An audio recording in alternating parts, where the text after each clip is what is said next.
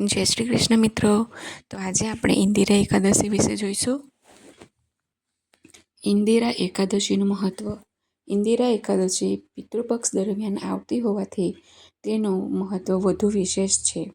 આ દિવસે ભગવાન વિષ્ણુની પૂજા, ઉપવાસ અને જરૂરિયાતમંદોને દાન કરીને ભગવાન વિષ્ણુના આશીર્વાદ મેળવવા. આ સાથે પૂર્વજોના આશીર્વાદ પણ પ્રાપ્ત થાય છે.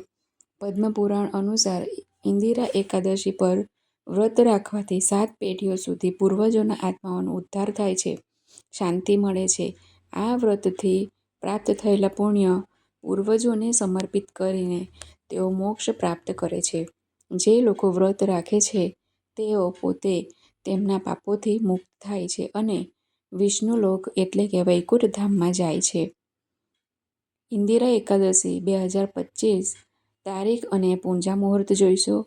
આસો મહિનાના કૃષ્ણ પક્ષની એકાદશી એટલે કે ઇન્દિરા એકાદશી 2025માં બુધવાર 17 સપ્ટેમ્બરના રોજ આવશે.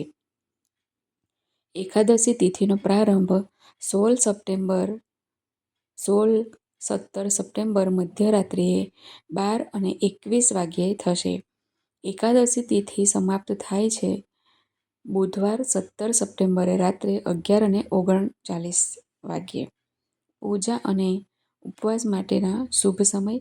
પૂજા માટે શુભ સમય 17 સપ્ટેમ્બર સવારે 6:07 થી 9:11 વાગ્યા સુધી રહેશે. વ્રતના પારણાનો સમય 18 સપ્ટેમ્બર સવારે 6:07 થી લઈને 8:34 વાગ્યા સુધી થશે. ઇન્દિરા એકાદશીની પૂજા વિધિ. ઇન્દિરા એકાદશીના દિવસે સવારે વહેલા ઉઠી અને સ્નાન કરી પોતાને શુદ્ધ કરીને સ્વચ્છ કપડાં પહેરી લેવા. ભગવાન વિષ્ણુની મૂર્તિ અથવા છબીને સ્વચ્છ શિખર પર રાખો. ભગવાન વિષ્ણુ સમક્ષ શુદ્ધ ઘી અથવા તેલનો દીપક કરવો, પ્રગટાવવો અને ઉપવાસ કરવાનો સંકલ્પ લેવો. હવે ધૂપ, બત્તી અને કપૂર પ્રગટાવી પર્યાવરણને વાતાવરણને આજુબાજુ શુદ્ધ કરો. પ્રસાદ તરીકે ફળ અને મીઠાઈઓ અર્પણ કરો. ત્યારબાદ અંતે ભગવાન વિષ્ણુની આરતી કરવી. ઇન્દિરા એકાદશી વ્રત કથા. દંતકથા અનુસાર સતયુગમાં ઇન્દ્રસેન નામનો રાજા મહિષ્મતી નગરીમાં રહેતો હતો. એક રાત્રે તેણે સ્વપ્નમાં જોયું કે તેના માતા પિતા નરકમાં પીડાઈ રહ્યા છે.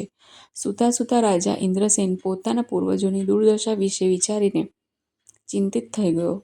તેથી તેણે બ્રાહ્મણો અને મંત્રીઓ સાથે આ વિશે વાત કરી. બ્રાહ્મણોએ કહ્યું કે જો તમે ઇન્દિરા એકાદશીનું વ્રત કરશો તો તમારા પૂર્વજોને મોક્ષ મળશે. આ દિવસે ભગવાન વિષ્ણુની પૂજા કરો, બ્રાહ્મણોને ભોજન કરાવો અને તેમને દક્ષિણા આપો અને તેમના આશીર્વાદ લો. ખૂબ ખૂબ ધન્યવાદ મિત્રો મને સાંભળવા માટે.